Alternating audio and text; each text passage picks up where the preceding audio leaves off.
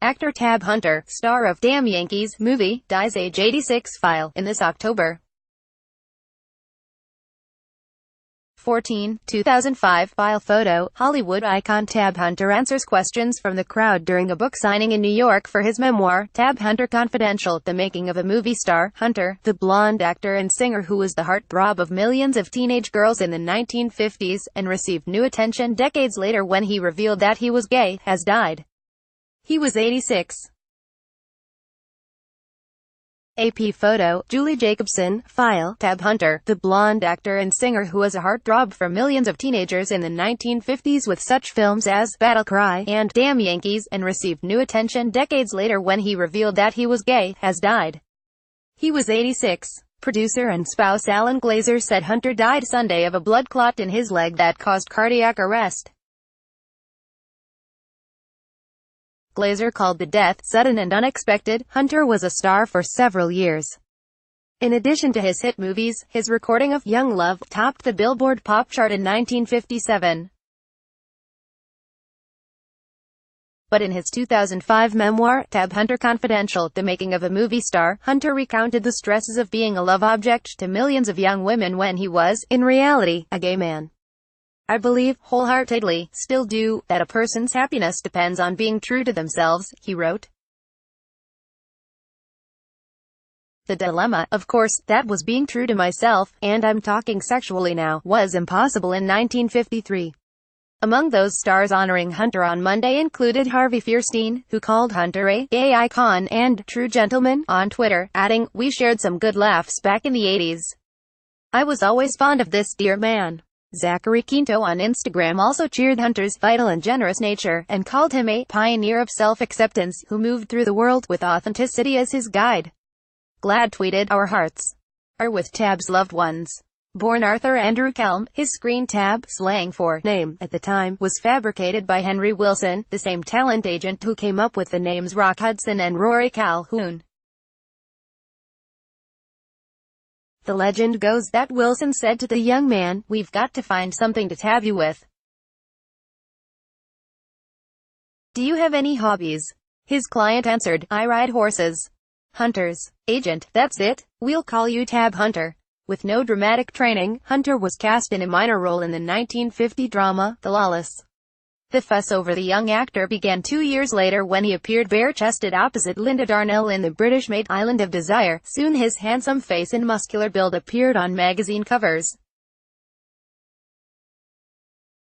Warner Brothers, alert to the increasingly important youth market, signed him to a contract.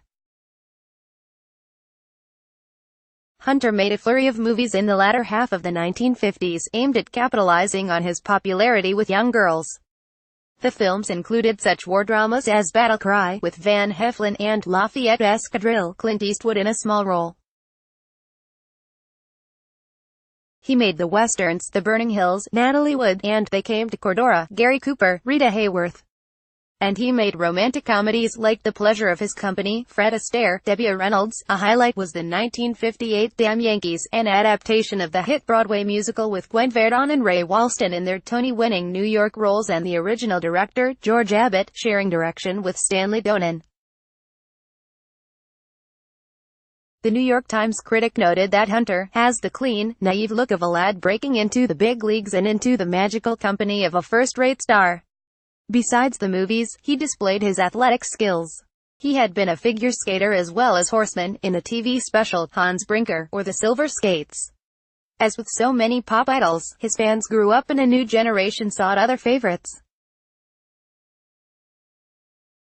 His slide followed the classic pattern, to a television series, The Tab Hunter Show, on NBC, 1960-62, European films, The Golden Arrow, and cheap kid flicks, Ride the Wild Surf. In his memoir, he took pains to note that Ride the Wild Surf was his only beach party movie. His Operation Bikini, despite its title, was yet another war movie. Over the years, he also played small roles in The Loved One, The Life and Times of Judge Roy Bean, and Grease 2. In the 1980s, he won new fans by appearing in cult movies with Divine, the 300-pound drag performer, notably John Waters' 1981 Polyester, and Paul Bartle's 1985 Lust in the Dusk, co-produced by Hunter himself. of polyester, Hunter wrote, "Everybody got the joke. For both John and me, our collaboration paid huge dividends. I'd helped legitimize his brand of movie, and he made me hip overnight." Hunter appeared on Broadway in 1964 in Tennessee Williams' The Milk Train Doesn't Stop Here Anymore, opposite the formidable Tallulah Bankhead. The play closed within days, and he said it was completely buried under Tallulah's off-handed trademark compiness. Hunter was born in 1931 in New York City, the second son of a mechanic and his German immigrant wife. His father left the family 2 years later and the boy took his mother's name, Gellion. Young Arthur Gellion grew up in San Francisco and Long Beach, California, and joined the Coast Guard at 15, lying about his age. While in New York, he saw Broadway plays and became interested in acting. Back in California, Wilson arranged for a 2-word role in a small western, The Lawless. He got $500 and a new name. In his memoir, he said that his career flourished despite some innuendo and smear articles in the scandal sheets, clear evidence that despite its self-righteous claims, Confidential magazine did not influence the taste and opinions of mainstream America. Writing the book was difficult, he told the Associated Press in 2005, because I'm a really private person. I grew up full of denial. I just didn't like any suggestions or questioning of my sexuality. In 1960, Hunter's Boy Next Door reputation did take a hit when he was charged with cruelty for allegedly beating his dog. He was acquitted. In recent years, Hunter appeared in dinner theaters and organized film projects.